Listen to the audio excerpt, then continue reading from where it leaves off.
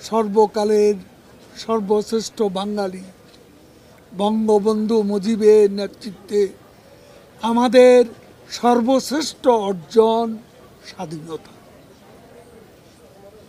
আর বঙ্গবন্ধু কন্যা শেখ হাসিনা দেশরত্ন প্রধানমন্ত্রী জননেত্রী শেখ হাসিনার হাতে আমাদের সর্বশ্রেষ্ঠ উন্নয়ন, এ দুটি ৭৫ বছরে এসে একাকার হয়ে গেছে উন্নয়নে আর অর্জনে।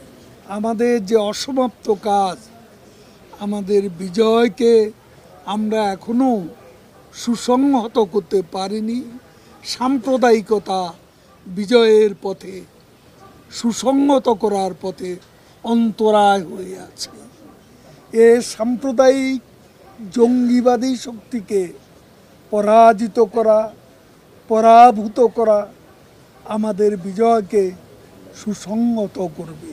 আমাদের অনেকগুলো উন্নয়নের কাজ এখনো চলমান, যেমন underground metro, MRT line 1, MRT line 5, তারপর মাতার বাড়ি, পায়রা, এ কাজগুলো সুসম্পন্ন করতে হবে। রূপগঞ্জ, রূপপুর পারমাণবিক বিদ্যুৎ কেন্দ্র, এই বিষয়গুলো এখন চলমান রয়েছে।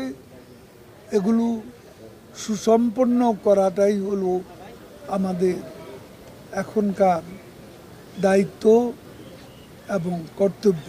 1/11-এ আমরা যেটা দেখেছি, এদেশের পলিটিশিয়ানদেরকে নিন্দিত করা, উৎসারণ না করে পলিটিশিয়ানরা এদেশ স্বাধীন করেছে, পলিটিশিয়ানরা এদেশের উন্নয়ন করছে, পলিটিশিয়ানরা সেই পলিটিশিয়ানদেরকে করাপ বানাবার এবং এই পলিটিশিয়ানরা ব্যর্থ এটা প্রমাণ করার জন্য এক শ্রেণীর লোক আজকে বাংলাদেশে তৎপরতা চালাচ্ছে।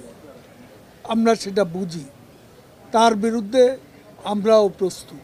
সবশেষে বলতে চাই, আমরা